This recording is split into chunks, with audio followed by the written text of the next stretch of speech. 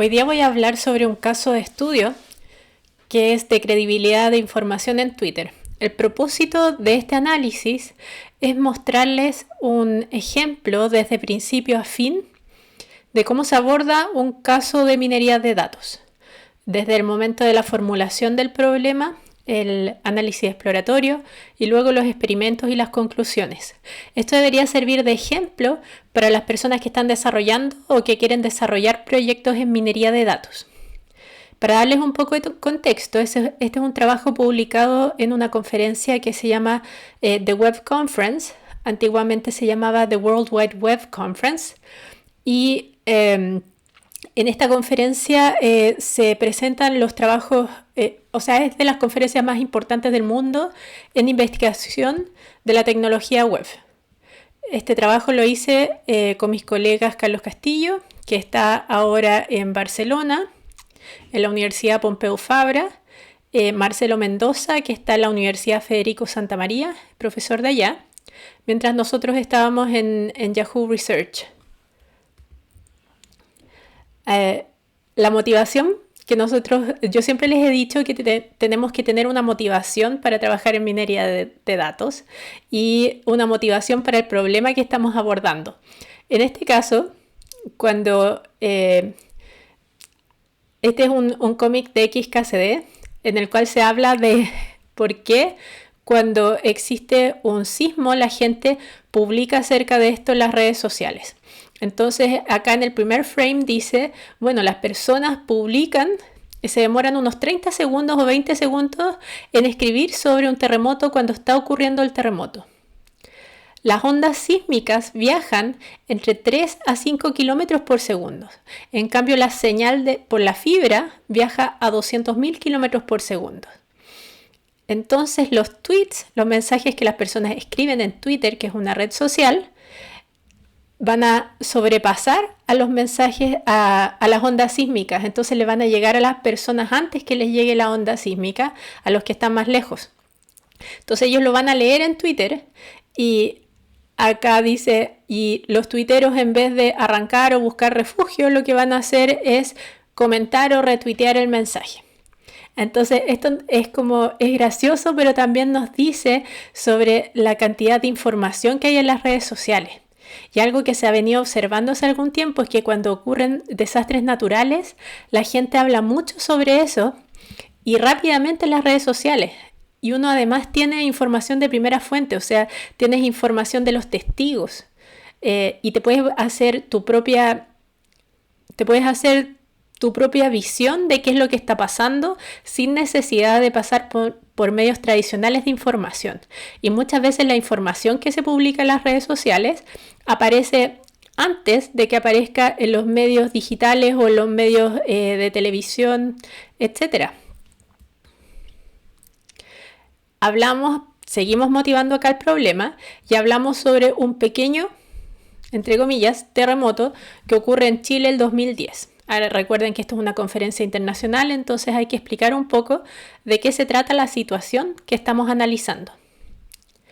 Entonces, este terremoto ocurre el 27 de febrero del 2010 a las 3:30 de la mañana en hora local. Es el octavo más grande de la historia, sobrepasado por el de Japón que vino después, un año después, el 2011. Las comunicaciones fueron casi imposibles por 2 a 3 horas. No había comunicaciones, no se podía llamar por teléfono, según yo recuerdo. Y las primeras imágenes recién empezaron a aparecer a las 6-7 horas después. Entonces estamos hablando de un escenario en que hay muy poca información. Ocurre un desastre y no hay maneras de informarse formalmente. Se sigue dando la motivación, se muestra parte del desastre, este edificio que colapsó por la mitad. También luego se habla del tsunami en la presentación. Y entramos a explicar de dónde sacamos datos de Twitter Les recuerdo, Twitter es esta red social que algunos de ustedes seguramente conocen. Se publican mensajes muy cortos de 280 caracteres aproximadamente. Creo que es eso. Antes era menos, antes en esta época era 140 caracteres. Y ya en esa época tenía un rol bastante prominente en las comunicaciones en Chile. Todas las figuras públicas tenían un Twitter y estaba bastante integrado en las comunicaciones tradicionales un año antes del terremoto. Porque fueron las elecciones, entonces ahí ya se había empezado a usar mucho. Entonces explicamos cómo a los chilenos les gusta mucho Twitter. Y analizamos qué fue lo que pasó durante el terremoto. Esto se llama un análisis exploratorio. En el análisis exploratorio nosotros miramos los datos inmediatamente después del terremoto en Twitter. En esa época Yahoo tenía un convenio con Twitter. Seguramente esto era pagado, en el cual Twitter les pasaba todos los datos y nosotros usamos esa instancia para mirar los datos del terremoto en Chile.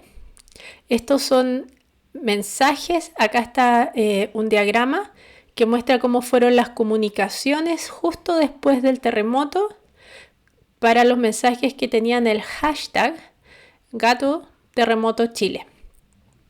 Entonces a los 30 minutos, 45 minutos después, 1 hora después y 2 horas después se puede observar. Estos son los círculos, son los mensajes que surgen.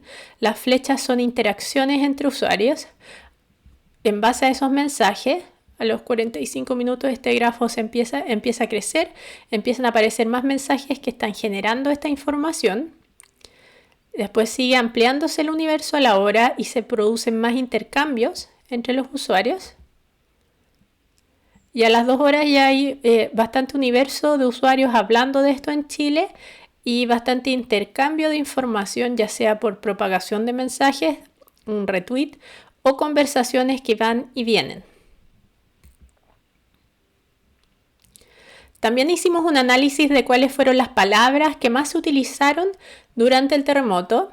Estas palabras estaban en español, las tradujimos al inglés para el propósito de esta presentación, que fue la presentación que hicimos en la conferencia. Entonces se ve que el día 1 las palabras que más se usan tienen que ver con tsunami, muertes, fallecidos. Se habla de Bachelet, CNN, alerta, conteo de muertos, magnitud, fotos. El día 2 se empieza a hablar bastante de las personas que están perdidas, missing. También se empieza a pedir por favor propagar información. Se habla de Concepción, que fue el epicentro de este terremoto. Se habla de los aftershocks, que son las réplicas. Transmisión, tsunami también. El día 3 se empiezan a entrar otros temas que tienen que ver con pedir ayuda. Aparece una aplicación que se llama People Finder, que es de Google, para ayudar a encontrar personas. Y se empieza a entrar con más fuerza el tema del tsunami. Entonces esto es solo análisis simple de las frecuencias. ¿Cuáles son las palabras informativas más frecuentes? Cuando digo informativas estoy diciendo que son palabras que transmiten información y no son palabras conectivas, por ejemplo, como adverbios o cosas así. El día 4 se empieza a hablar sobre que se habría producido un desplazamiento en el eje de la Tierra. Esa es la información que se transmite en las redes sociales. Y se sigue pidiendo ayuda. También se habla de personas que no tienen hogar y que necesitan dónde alojarse. Twitter en esta situación fue de bastante ayuda porque ayudó a propagar información en un escenario en que no había mucha información para las personas, no había muchas comunicaciones formales, estuvieron bastante caídas.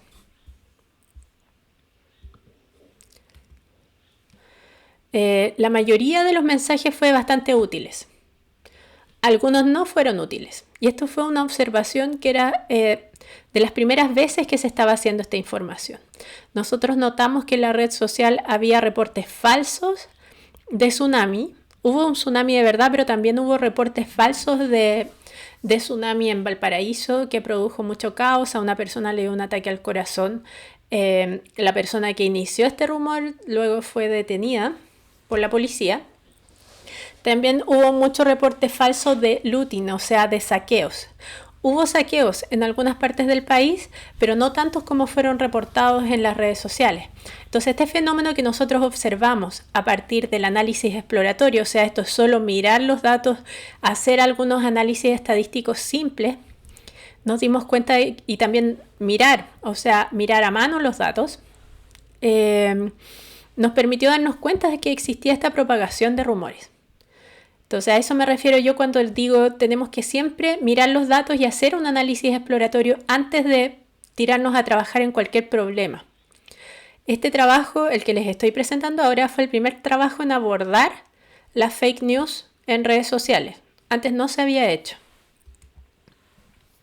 Entonces, haciendo un análisis de los temas de conversación que hubo durante el terremoto, nosotros pudimos ver que hubieron ciertas verdades confirmadas, o sea, rumores que se esparcieron y que resultaron ser ciertos, pero también vimos rumores que fueron falsos, rumores que se esparcieron y resultaron ser falsos. Entonces, ejemplos. El aeropuerto de Santiago está cerrado, el Festival de Viña del Mar se cancela, un incendio en la Facultad de Química de la Universidad de Concepción, la naval, el CHOA en este caso reconoce error informando sobre tsunami. No dieron la alerta suficientemente temprano para poder salvar muchas vidas. Se cae una avioneta y con 6 personas cerca de Concepción. Hay saqueos en Concepción, en Supermercado Concepción. Hay un tsunami en Iloca y Duao. También hay rumores falsos. Entre esos rumores falsos está la muerte de Ricardo Arjona, dicen. Rumor que resultó ser falso. Alerta de tsunami en Valparaíso. Se habla de que se rompe una torre de agua en Rancagua, que se muere la prima de Gary Medel, un futbolista chileno. Que hay saqueos en algunos distritos de Santiago. Que se pierde el Huáscar. Y que el volcán de Villarrica entra en actividad. En esa época no estaba en actividad. Entonces nosotros identificamos estos temas haciendo análisis simple de las conversaciones y luego lo que hicimos fue contar. Esto todavía es análisis exploratorio.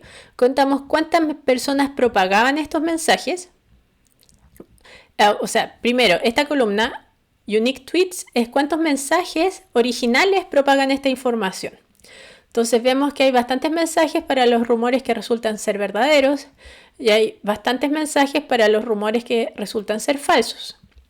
En la segunda columna vemos el porcentaje de retweets, o sea, cuántos de los mensajes se propagan rápidamente en la red social. Entonces vemos que hay un porcentaje bastante alto para los mensajes que resultan ser verdaderos.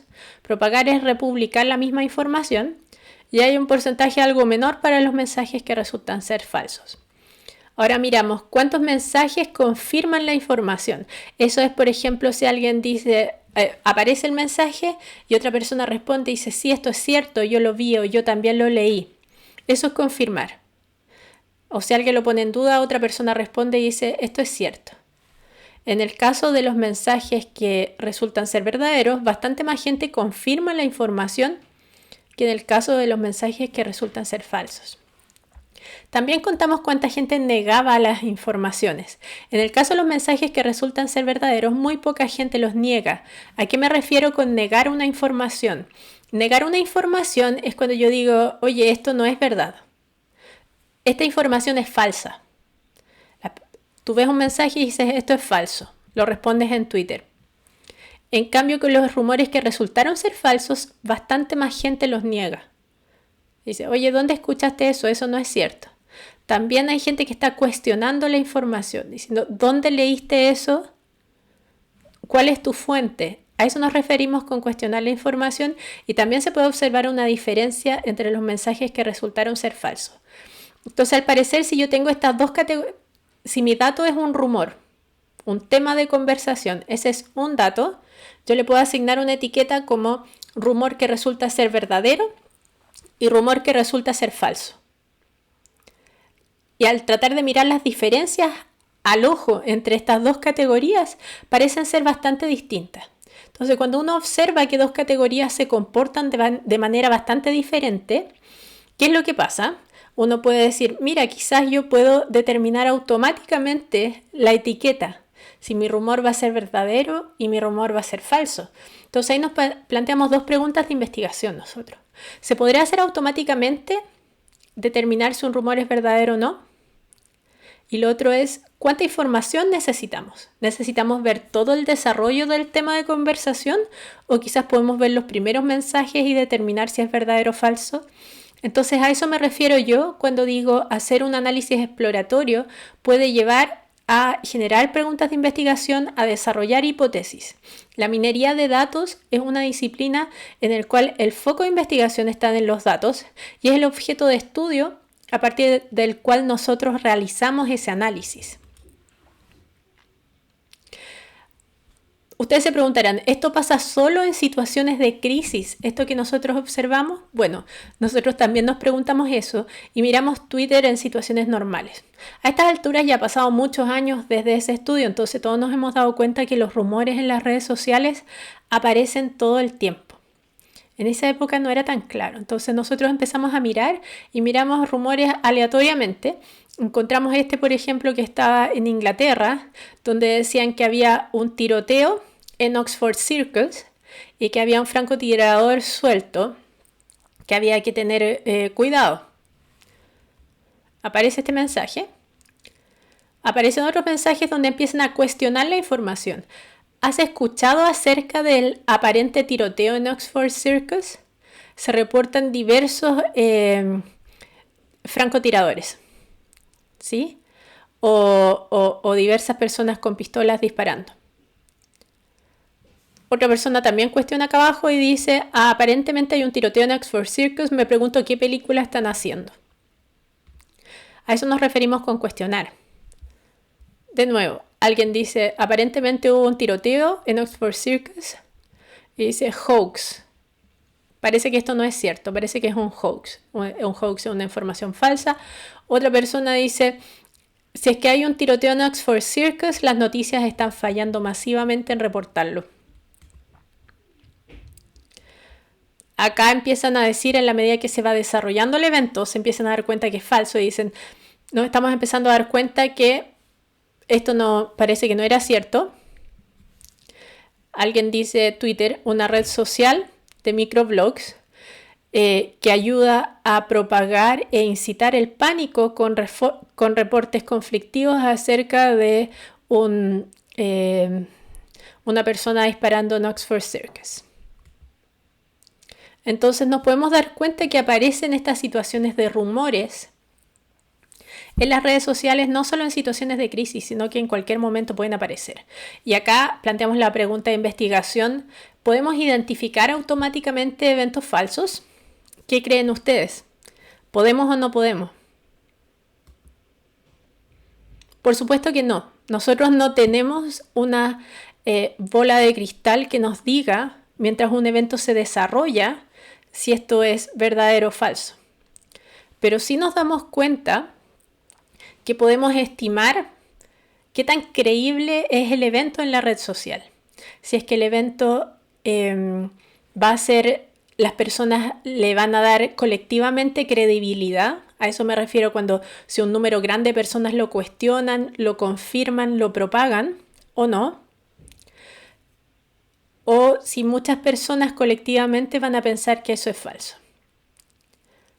Entonces esto ustedes lo pueden utilizar para su análisis diario y consumo diario de fake news o de noticias válidas en las redes sociales. Hace poco salió un video que se llamaba, no me acuerdo, pero era un video que fue bastante propagado sobre, se llamaba como el colectivo Matapacos, algo así. Y era un video donde se promovía la violencia y fue propagado por algunas cuentas extremas en la derecha. Entonces, si uno empieza a mirar los mensajes de manera colectiva, te das cuenta que hay pocas fuentes de información y hubo mucho cuestionamiento de la noticia. Entonces, así tú puedes hacer un análisis similar al que estuvimos haciendo nosotros, o sea, dependiendo de dónde surgen las fuentes. Y también hay herramientas bastante útiles. Hay una que se llama Hoaxy, que fue desarrollada por la Universidad de Indiana y te ayuda a ver el grafo de propagación de ciertos temas de conversación. Entonces ahí tú puedes ver cuáles son como las semillas que hacen surgir esos mensajes, y a veces si uno ve que es algo que es orgánico, surge de muchas semillas distintas. Una información que es plantada en la red social surge de pocos lados. Entonces ahí ustedes lo pueden observar. Nosotros lo que queremos hacer entonces es ver si podemos determinar si un elemento es creíble o no. Un tema de conversación es creíble o no en la red social, y decimos ¿qué es la credibilidad? Es una característica o una cualidad que es percibida por el colectivo y se compone de diversas dimensiones. Por ejemplo, el autor, la fuente, diferentes cosas del mundo real también. Esto lo presentamos en India en la conferencia y hicimos nuestro diseño experimental.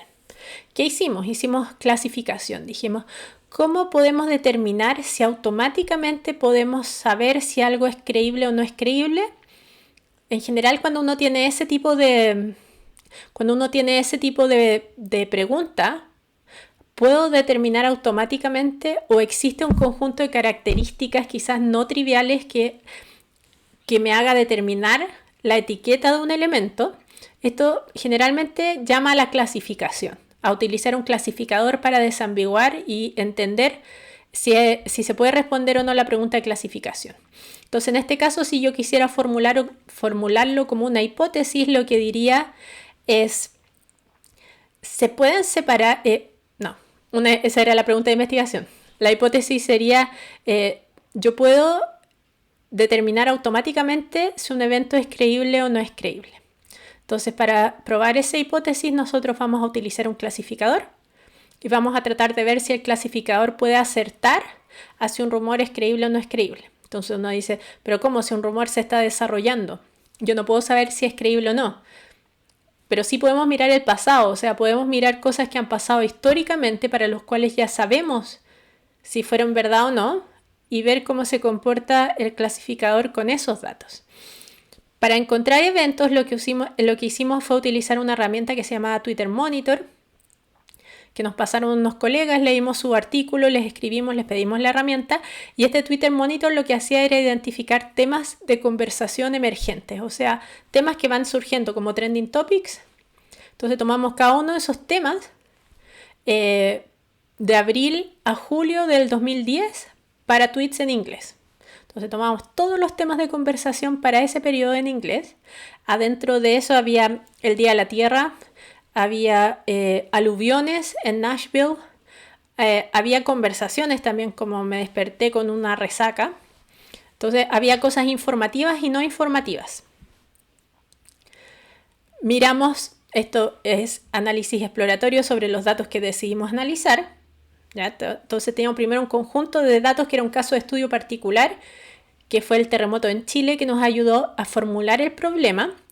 Y después lo que hicimos fue recolectar un dataset más grande. Esto vendría a ser como el segundo paso, como el hito 2 en el proyecto del curso, en que recolectamos un dataset más grande y vimos si se podía investigar los temas y si eran creíbles o no.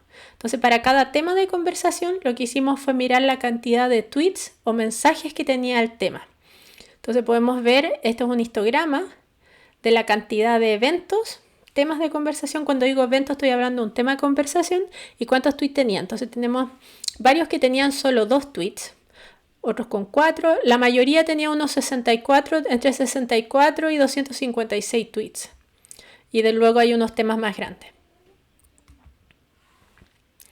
Entonces usamos clasificación supervisada.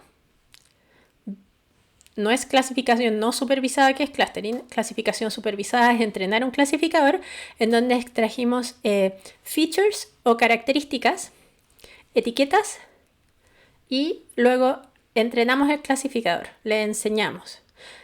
creamos dos tareas de clasificación. Primero, encontrar eventos noticiosos.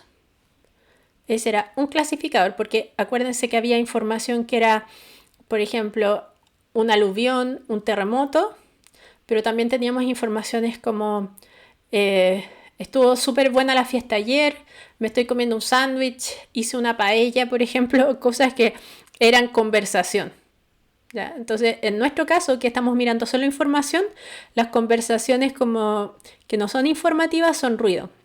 Entonces, creamos un clasificador para poder separar temas de conversación que eran noticiosos, en este caso newsworthy events, de temas que no eran noticiosos. Y luego creamos otro clasificador después para determinar si el tema que es noticioso era creíble o no. Este es nuestro conjunto de características. Ustedes dirán, ¿cómo sé qué características pasarle a mi clasificador? Piensen en todas las características posibles que crean que puedan aportar a la tarea de clasificación y se la pueden pasar a su clasificador. En el caso de nosotros dijimos, bueno, a ver, debe haber características a nivel de mensaje. Entonces, esas pueden ser, por ejemplo, el largo del mensaje en caracteres, acá arriba.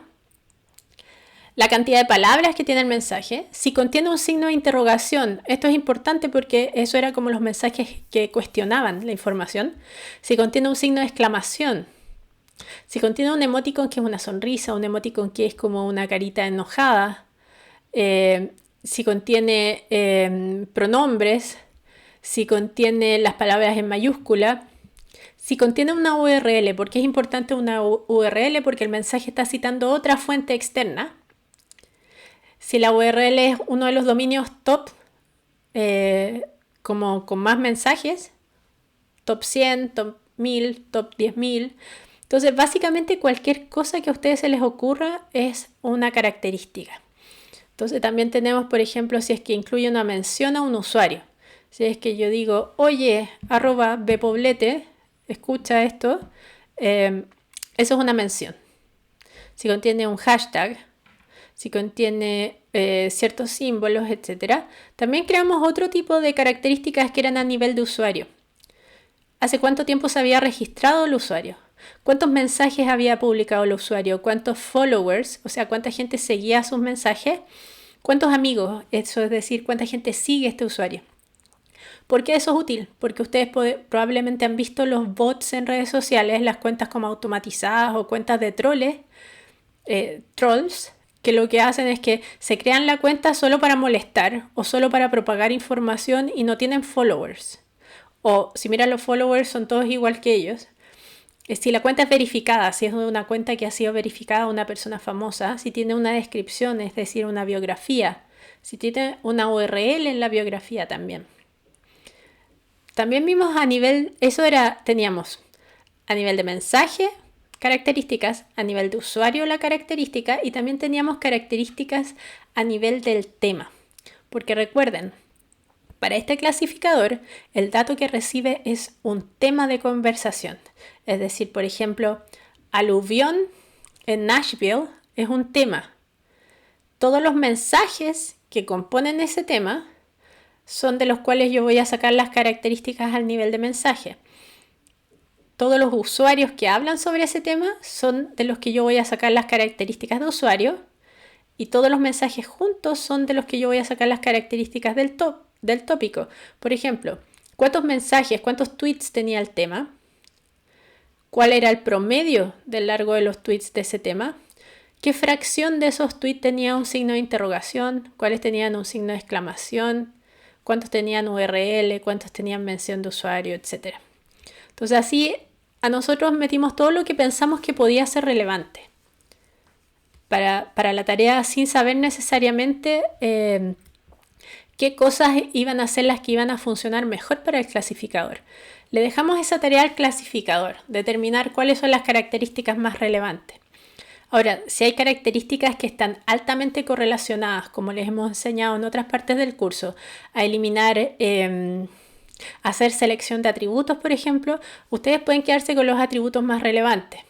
Es importante muchas veces para minería de datos tratar de hacer eliminación simple de atributos, es decir, eliminar atributos que están altamente correlacionados, atributos que no aportan información, por ejemplo, que no tienen varianza o que tienen muchos datos faltantes, etc. Porque así yo no pierdo explicabilidad. Cuando yo utilizo técnicas como PSA o técnicas de álgebra lineal para hacer reducción de dimensionalidad, yo ya no sé qué cosas significan los atributos. Entonces, en el caso de que estamos tratando de entender un problema en minería de datos, muchas veces es mejor utilizar estas técnicas en que yo saco algunos atributos y voy viendo cuáles son más importantes porque no pierdo la explicación.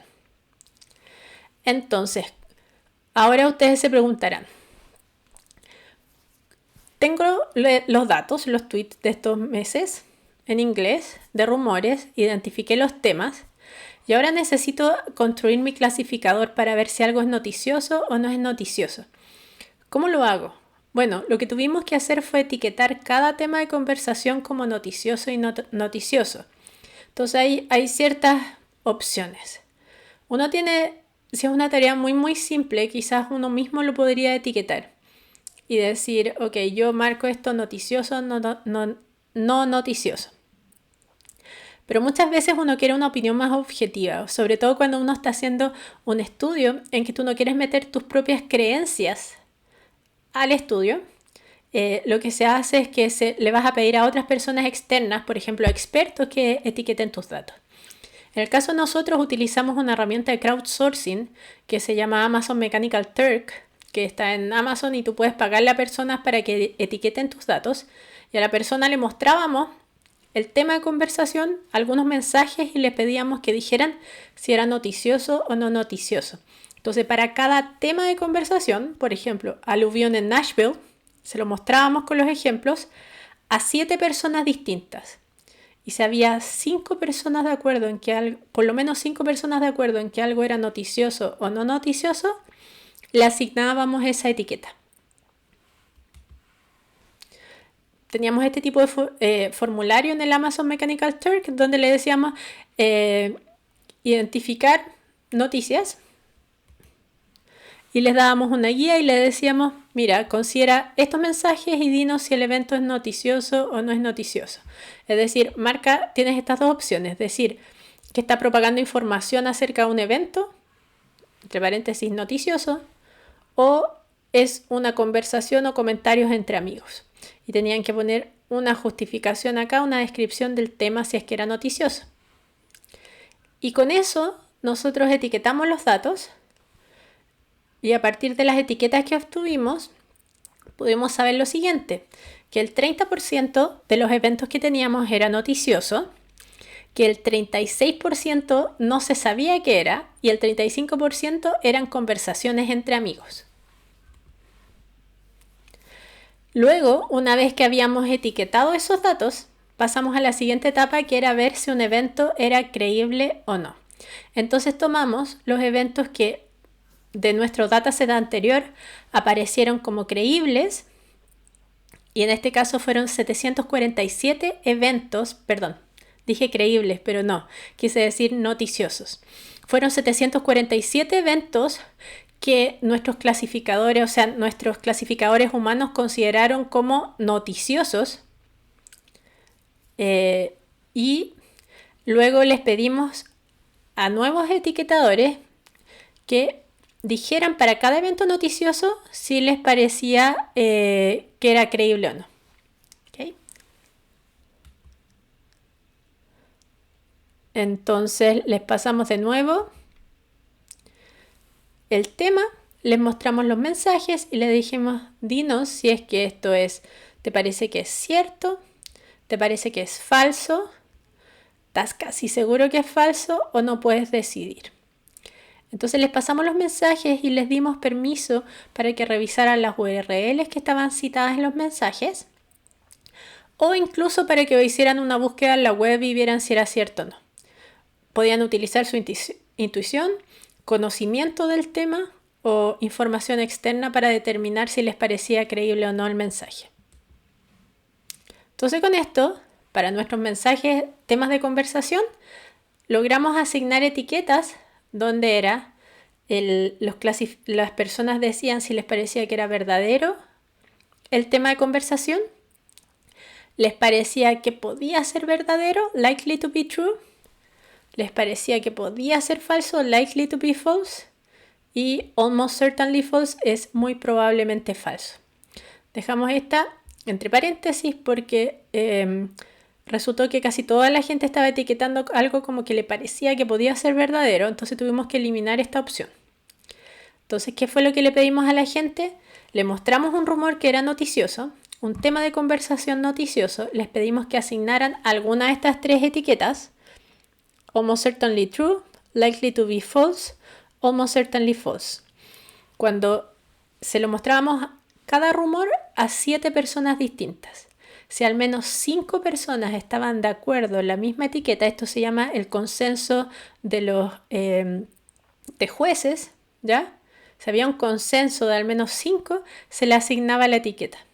¿Por qué lo hacíamos con 5? Decíamos si es que no estaban de acuerdo o no había mucho acuerdo entre las personas, nos saltábamos el tema y no le asignamos una etiqueta. Porque nosotros queremos buenos datos para entrenar. Queremos datos en los cuales haya una certeza de cuál es la etiqueta para que el clasificador luego, cuando se los mostremos, lo pueda aprender. Hasta ahora no hemos pasado nada por un clasificador. Lo único que hemos hecho ha sido etiquetar datos para luego entrenar nuestros clasificadores. O sea, para este problema de credibilidad, nosotros tuvimos que entrenar un clasificador primero tuvimos que crear nuestro dataset para poder entrenar el clasificador.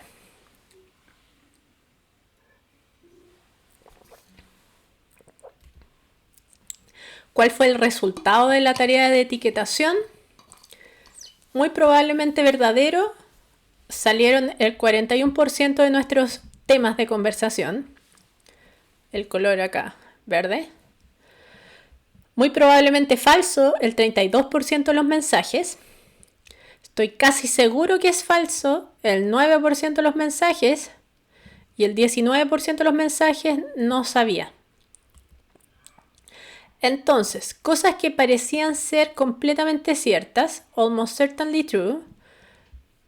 La construcción en Estados Unidos ese año cae un 10%, una tormenta tropical en el Golfo, caen los mercados en Portugal, en Grecia, muere Bob Shepard de los Yankees. Cosas que las personas creían que eran falsas o muy probablemente falsas. Letra de canción de John Lennon subastada por 1.2 millones, pensaron que era falso, resultó ser verdadero. Otro es un vehículo sospechoso causa temor en New York City. Esto era una alarma falsa. Free Video Calling App for Android. Esto resultó ser spam. Y desórdenes, riots, en un juicio de un asesinato. Esto resultó ser parcialmente cierto. Entonces, acá está el tema de que queremos saber cómo se percibe en la red el tema. Por eso nos quedamos con estas etiquetas. Y nos dimos cuenta que los mensajes que las personas, o los temas de conversación que las personas encontraban creíbles, por ejemplo, tenían una URL, esto quiere decir que citaban una fuente, no tenían signos de exclamación ni signos de cuestionamiento, ¿ya? De interrogación. Muchas veces expresaban un sentimiento negativo y eran republicadas por gente prolífica y bien conectada. Esas características tenían las cosas que las personas encontraban creíbles cuando etiquetaron nuestros datos. Luego hicimos este análisis para distinguir las categorías, en que hay dos categorías, creíble y no creíble, y nos fijamos en cómo se distinguían los distintos atributos. Este es el análisis por atributos que nosotros hemos hecho en el curso, en el cual uno mira si es que hay ciertos atributos que sean muy distintos. En este caso podemos observar que las diferencias no son tan aparentes entre las dos categorías, entre creíble y no creíble. No se ven como tan triviales, por ejemplo, o esta, no me acuerdo qué era, pero por ejemplo, ya, sí me acuerdo. Esta era la cantidad de la cantidad de mensajes que habían publicado en promedio los usuarios que propagaban información creíble en general es mayor que la cantidad de mensajes propagados por las personas que publican información poco creíble. Estos usuarios son más prolíficos, los que propagan información creíble. La cantidad de followers en general tienen un poco más de followers en promedio la gente que publica información creíble. Sentimiento negativo, en general los mensajes creíbles tienen más sentimiento negativo. En general los mensajes más creíbles tienen menos signos de interrogación. Esto no es importante. Tienen un pronombre en primera persona. Los mensajes creíbles en general sí. Y así hay varias diferencias que nosotros notamos. Entrenamos un clasificador, primero para la tarea de distinguir entre un conjunto de mensajes que era noticioso versus un conjunto de mensajes que era conversación. Es decir, entrenamos un clasificador para decirnos si un tema de conversación propagaba información, era noticioso, o si era conversación aleatoria que no aportaba nada, si era ruido. Para esa tarea, que la entrenamos con nuestros datos que creamos antes, obtuvimos un 92% de precisión y un 92% de recall. Esto es bastante bueno. Luego, para etiquetar los eventos que eran encontrados creíbles por las personas, de los noticiosos, los que eran creíbles, un 87% de precisión, un 83% de recall. Entonces, ¿qué nos dice eso? Eso nos dice que es posible separar eventos creíbles de no creíbles bastante bien, automáticamente, mirando todos los datos del evento, eso sí. ¿Ya? Estoy mirando todo el desarrollo del evento para hacer esta etiqueta. Y hicimos un análisis por conjuntos de características. Entonces esto es interesante. Primero entrenamos con todas las características el clasificador de credibilidad y versus no creíble. Creíble versus no creíble. Pero luego nosotros queremos entender qué características aportan más para saber si algo es creíble. Entonces hicimos subconjuntos de características. Primero tomamos las características que eran solo el texto de los mensajes. Por ejemplo, el largo del mensaje, el sentimiento del mensaje, características que generamos a partir del texto. Hicimos otro subconjunto de características que eran las características de red. Por ejemplo, ¿cuántos followers tenían? ¿Cuántos amigos tenían los mensajes? Las personas que participaban en los conjuntos de mensajes. Otras características que eran de propagación. Por ejemplo, los árboles de propagación, que de cuántos retweets, ese tipo de cosas son árboles de propagación. Otras características de elementos top, por ejemplo,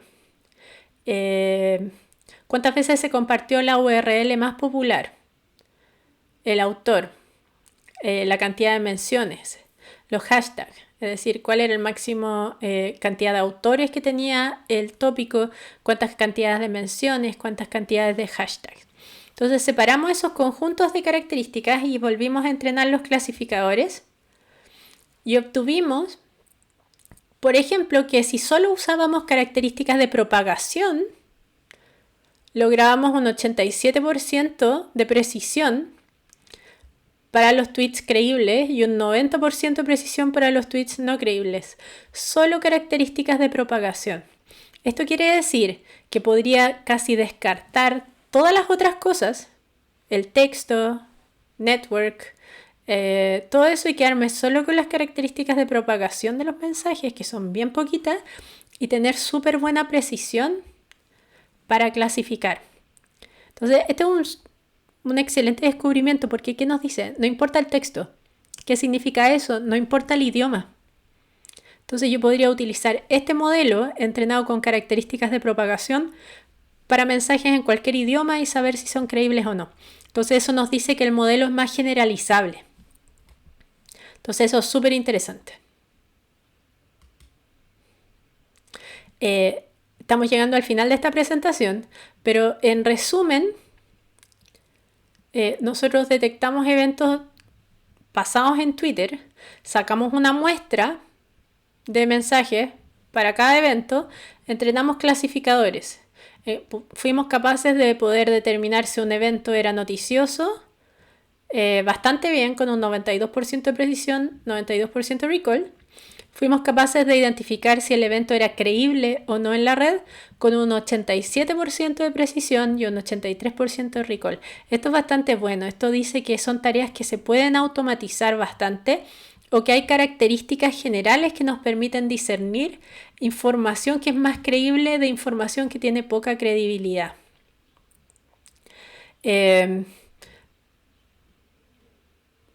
Bueno, estas cosas se pueden spamear, hay otras cosas que son el astroturfing, no voy a hablar de eso ahora. Creo que algo importante señalar es que después repetimos este experimento con el 25% de los primeros, no, con el 5% de los primeros mensajes que aparece para un rumor y teníamos casi la misma precisión al clasificar y recall. Entonces esto nos dice que a veces uno necesita ver muy poquitos mensajes para poder saber si algo va a ser creíble o no. Esas son las conclusiones. Espero que este caso de estudio les sirva. Ojalá que lo vean, pongan atención y podamos después conversar en vivo acerca de este proceso y de cómo les puede servir a ustedes en los proyectos.